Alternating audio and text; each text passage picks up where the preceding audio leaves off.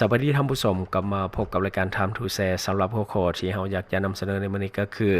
ลาวและไทยได้สืบต่อหัดแนนสายผัวพันหัวมือทั้งสองฝ่ายโดยการตอบสนองตามคำเชิญของท่านมาริส สงยามพงศ์รัฐมนตรีว่าการกระทรวงการต่างประเทศแห่งราชอาณาจักรไทย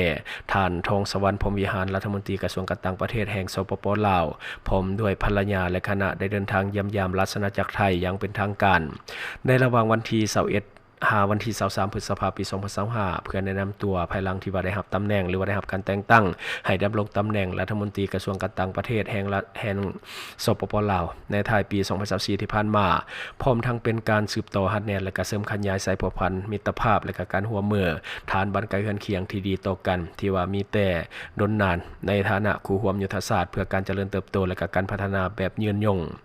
ในวันที่23พฤษภาคมปี2025ที่กระทรวงการต่างประเทศแห่งราชอาณาจักรไทยท่านทองสวรรค์พรหมวิหารได้พบปะสองฝ่ายกับท่านมาริส สงยามพงศ์ในโอกาสนี้ทั้งสองฝ่ายได้ปรึกษาหารือเกี่ยวกับการพัวพันและก็การร่วมมือระหว่างสองประเทศในด้านการเมืองและก็ความมั่นคงโดยเฉพาะการแก้ไขปัญหาเรื่องของยาเสพติดและก็การโจรกรรมทางอินเทอร์เน็ตหรือว่า call center แก๊งโดยเห็นดีมอมให้กลไกร่วมมือที่มีเป็นต้นแม่นคณะกรรมการรักษาความสงบเรียบร้อยตามแนวชายแดนทั่วไปของสปป.ลาวและก็ราชอาณาจักรไทยหรือว่า GBC และกองประชุมเจ้าแขวงและก็ผู้ว่าราชการจังหวัดของชายแดนระหว่างลาวและไทย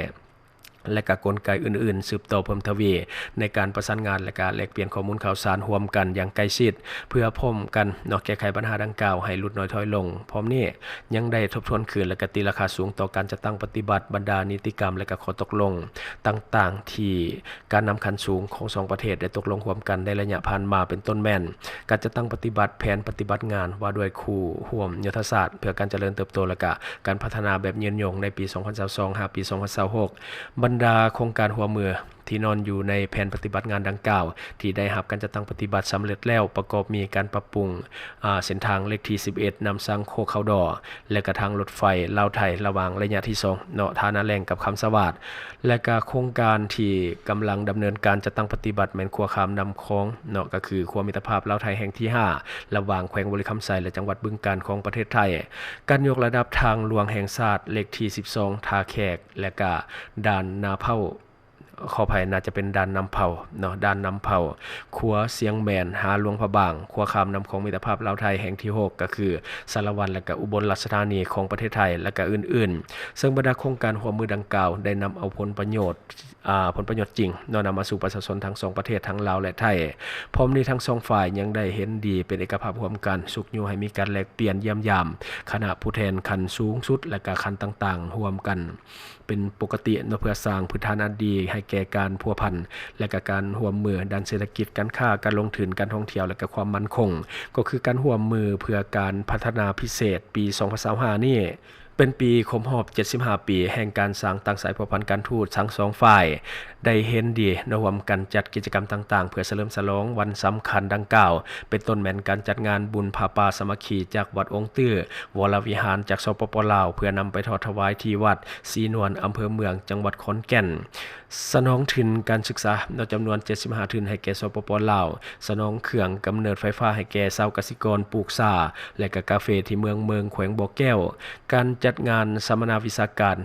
จัดปาฐกถากิจกรรมกีฬามิตรภาพระหว่างกระทรวงการต่างประเทศลาวและสถานทูตไทยการจัดพิธีเบตงหรือว่าเบตงเสื่อมต่อความพิธีเทเบตงเสื่อมต่อความมิตรภาพลาวไทยแห่งที่5บริคำไซและก็บึงกาฬและก็ยังอื่นๆอีกในโอกาสนี้ท่านทองสวรรค์พรหมวิหารได้เชิญท่านมาริส สงยามพงศ์เดินทางมาเยี่ยมยามสปป.ลาวเพื่อเป็นประธานร่วมกองประชุมคณะกรรมาธิการร่วมว่าด้วยการร่วมมือระหว่างลาวไทยครั้งที่23หรือว่าJCและกองประชุมคณะกรรมาธิการชายแดนร่วมระหว่างลาวและไทยครั้งที่12 JBC ที่นครหลวงเวียงจันทน์ในขณะเดียวกันท่านมาริส สงยามพงศ์ก็ได้แสดงความยินดีต้อนรับอันอบอุ่นและก็ตีราคาสูงต่อการเยี่ยมยามในครั้งนี้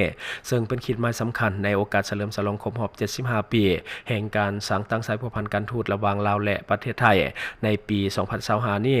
และเห็นดีเยี่ยมยามสปป.ลาวเพื่อเป็นประธานร่วมกองประชุมคณะกรรมาธิการร่วมว่าด้วยการร่วมมือระหว่างลาวและไทยครั้งที่23หรือว่า JC และกองประชุมคณะกรรมการชายแดนร่วมกับลาวและไทยครั้งที่12หรือว่า JCB ซึ่งจะจัดขึ้นในไทยปี2025นี้ที่นครหลวงเวียงจันทน์ การเดินทางเยี่ยมยามราชอาณาจักรไทยในครั้งนี้ทานทองสวรรค์พรหมวิหารพร้อมด้วยภรรยาและก็คณะยังได้เยี่ยมชมและก็นมัสการพระธาตุสีสองหักณที่อำเภอด่านซ้ายจังหวัดเลยและก็ทัศนศึกษาที่ศูนย์ศึกษาพัฒนาห้วยหองไข่ณที่อำเภอดอยสะเก็ดจังหวัดเชียงใหม่ซึ่งว่าเป็นศูนย์ต้นแบบด้านการพัฒนาแหล่งน้ำเพื่อการสนับสนุนการพัฒนาด้านต่างๆทั้งเป็นศูนย์ต้นแบบด้านการร่วมมือเพื่อการพัฒนาระหว่างสปป.ลาวและราชอาณาจักรไทยและเยี่ยมยามสวนพฤกษศาสตร์นอกจากนี้ยังได้เข้าเยี่ยมคำนับพระทานพิรพันธ์สารีรัตน์ทวิภาคนายกรัฐมนตรีของนายกรัฐมนตรีว่าการกระทรวงพลังงานและการบ่แห่ของราชอาณาจักรไทยและทั้งหมดก็คือข่าวสารที่ว่าเฮาเก็บมาเล่าในมื้อนี้ก็คือสิ่งดีๆที่ว่ามันเกิดขึ้นระหว่างลาวและไทยเป็นการหัดแน่นใส่พัวพันกันร่วมมือกันทั้งสองฝ่ายทั้งราชอาณาจักรไทยและก็สปป.ลาวให้แน่นแฟ้นยิ่งขึ้นในฐานบ้านพี่เมืองน้องซึ่งว่าเฮากับไทยลาวเฮากับไทยก็ถือว่ามีหลายสิ่งหลายอย่างที่มันสอดคล้องกันและก็มีหลายอย่างที่ว่ามันใกล้เคียงกันฉะนั้นมันเป็นสิ่งที่บ่ได้ยากเลยสำหรับการพัวพันกันให้มันแน่นแฟ้นยิ่งขึ้นเพราะว่าเฮาถือว่าเป็นบ้านพี่เมืองน้องมีความใกล้ชิดกว่าประเทศอื่นๆตั้งแต่อดีตจนฮอดปัจจุบันซึ่งคนเราเองก็ชื่นชมหลายอย่างเกี่ยวกับประเทศไทยโดยเฉพาะเรื่องของสื่อของไทยอย่างต่างๆที่คนเราเฮาได้รับชมมาโดยตลอดเฮาเองก็จะรับรู้ข่าวสารบ้านเมืองที่ว่าเกิดขึ้นในประเทศไทยเวลาเกิดเหตุข่าวร้ายเหตุบ่ดีคนเราก็ส่งกำลังใจไปให้พี่น้องทางฝั่งไทยเวลาเกิดข่าวบ่ดีทางฝั่งลาวกับพี่น้องทางฝั่งไทยหลายท่านก็ได้ส่งกำลังใจมาเช่นเดียวกันขอให้ลาวและไทยหักกันมันแน่นแบบนี้ตลอดไปอันนี้ก็คือสิ่งที่เฮาเก็บมาเล่าในมื้อนี้หวังว่าท่านจะได้รับสาระดีๆสำหรับท่านที่ว่าเบิ่งรายการเฮาอยู่คิดเห็นจะได้กับสิ่งที่ว่านำเสนอไปก็อย่าลืมฝากไว้ภายใต้คอมเมนต์ของเฮาและข้าพเจ้าจะเข้าไปอ่านด้วยตนเอง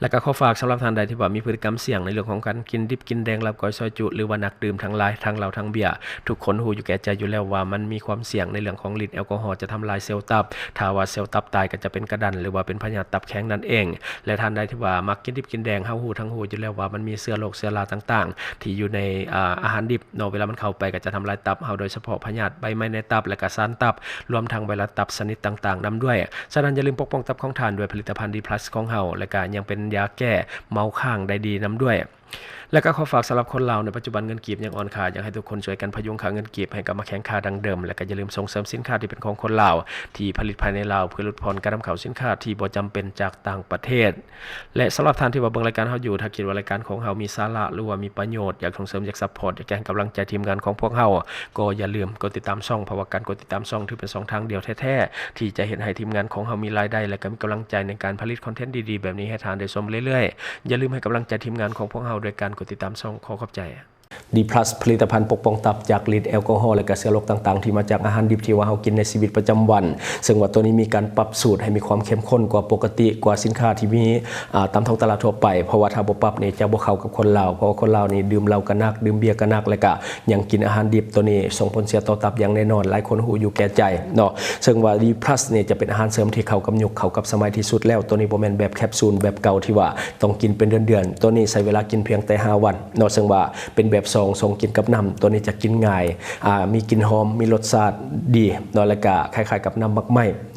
และที่สำคัญก็คือปลอดภัยเพราะว่าสินค้าของเรามีทั้งอย.และก็ได้มาตรฐานอื่นๆที่จำเป็นในเรื่องของการผลิตฉะนั้นรับประกันเรื่องของความปลอดภัยและที่สำคัญกว่านั้นเหมาะกับสายดื่มคนที่ว่ามักดื่มนักๆบ่เลือกวันบ่เลือกเวลาและก็กินสอดแจ้งแน่นอนท่านจะรู้สึกทันทีหลังจากที่กินต่อเนื่องก็คือรู้สึกอ่อนเพลียอันนี้ก็คือสิ่งที่ว่ามันเกิดขึ้นกับตับก็คือตับเฮ็ดเวียกหนักส่งผลให้ท่านอยากนอนง่วงอยู่ตลอดไปเฮ็ดเวียกก็บ่ได้แล้วก็มีอาการเมาข้างแต่ถ้าทานกินตัวนี้ใส่ก่อน15นาทีแล้วก็ดื่มปกตินี่จะเฮ็ดให้ทานรู้สึกสดชื่นหลังจากที่ดื่มดีแท้ก็คือก่อนที่จะดื่มกินตัวนี้ใส่ก็คือ15นาทีแล้วก็กินเหล้ากินเบียร์ได้ปกติก่อนที่เฮาจะนอนหรือว่าเลิกงานสังสรรค์แล้วเฮาก็กินใส่อีกซองนึงตื่นเช้ามาก็จะรู้สึกสดชื่นกระปรี้กระเป๋าตัวนี้จะช่วยแก้อาการเมาค้างได้ดีสำหรับทานได้ที่ว่าดื่มหนักๆแล้วก็ทานที่ว่าจะกินอาหารดิบก็ตัวนี้ก็ช่วยได้เช่นเดียวกันกินตัวนี้ก่อน15นาทีหลังจากนั้นกินอาหารได้ปกติตัวนี้จะไปกระตุ้นการเฮ็ดเวียกของตับให้ดีขึ้นไปหับมือเรื่องของฤทธิ์แอลกอฮอล์ไปต่อต้านเชื้อพยาธิต่างๆที่จะเข้าไปในตับของเฮาฉะนั้นทานได้ที่ว่ามีแผนที่จะกินหนักๆในปีใหม่นี้ก็อย่าลืมเอิ้นหา D+ ของพวกเฮาเพราะว่าตัวนี้ปกป้องตับไว้ก่อนดีกว่ามาปวดตับตำลังสำหรับวิธีการดื่มและก็วิธีการสั่งซื้อสามารถเข้าไปเบิ่งเพิ่มเติมที่แฟนเพจของเฮาก็คือ D+ Laos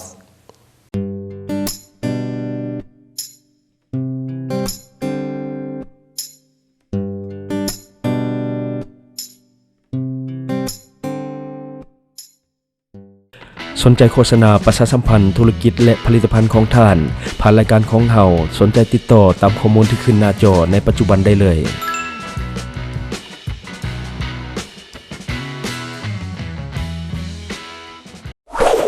Subscribe for more video.